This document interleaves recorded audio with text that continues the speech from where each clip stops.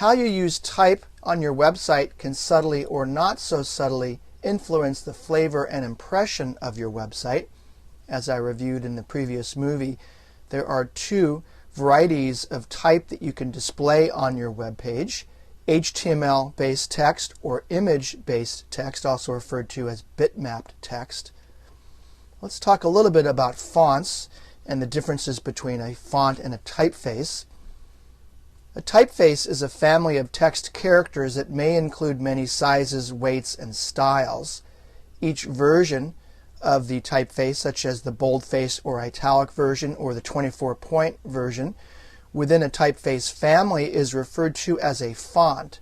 So I have a variety of typefaces displayed on this slide: Comic Sans, Tahoma, Helvetica, Arial, Times Roman, and so on.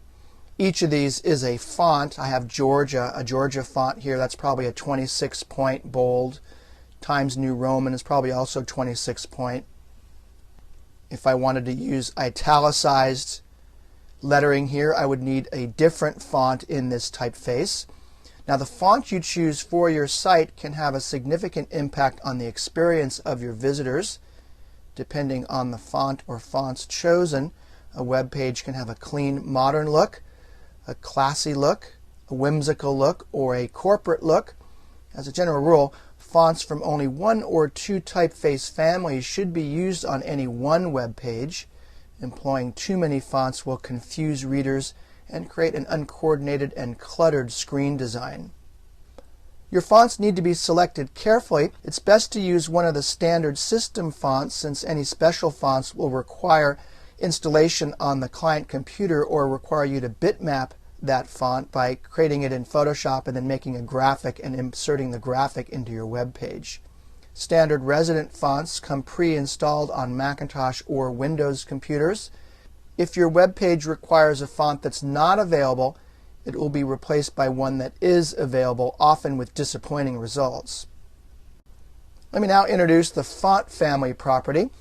This is a list of font family names and or generic family names for an element specified in priority order.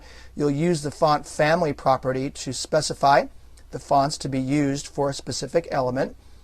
This is, notice, a list of typefaces with then some font declarations down below.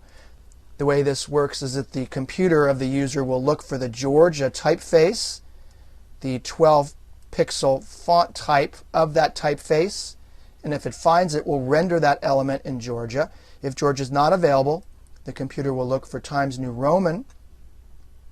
If Times New Roman is not available, nor Times is available, it'll render the text using the generic family serif. This is a name of a generic family: serif, sans serif, cursive, fantasy, or monospace, or other generic families. So any kind of serif font that it finds, it'll render that text in that typeface using the font size 12. So there are two types of font family values: the family name, like Times, Georgia, or Arial, or a generic family name, like serif or sans serif. One of the most annoying problems web designers face is the limited choice of fonts available. This is due to the fact that the only fonts that can be specified safely in your designs are the ones that are installed on most computers that are out there that are used to view web pages. Practically every personal computer has a set of fonts installed.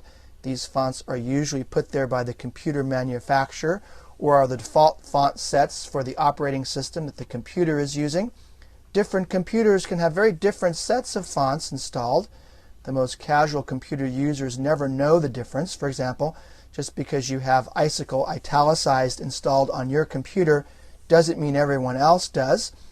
If you specify this very specialized font in your style sheet and use it on your website, it will be rendered correctly on your computer, but very few other users will have such an obscure font installed and available to their browser, so they won't see it.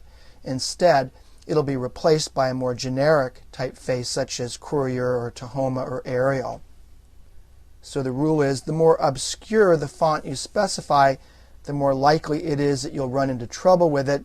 In the case of the Icicle italicized, you'd probably need to go into Photoshop and bitmap the text and then insert that text as an image in your web page. So the bottom line is, for web designers, it's important to think about browser-safe fonts.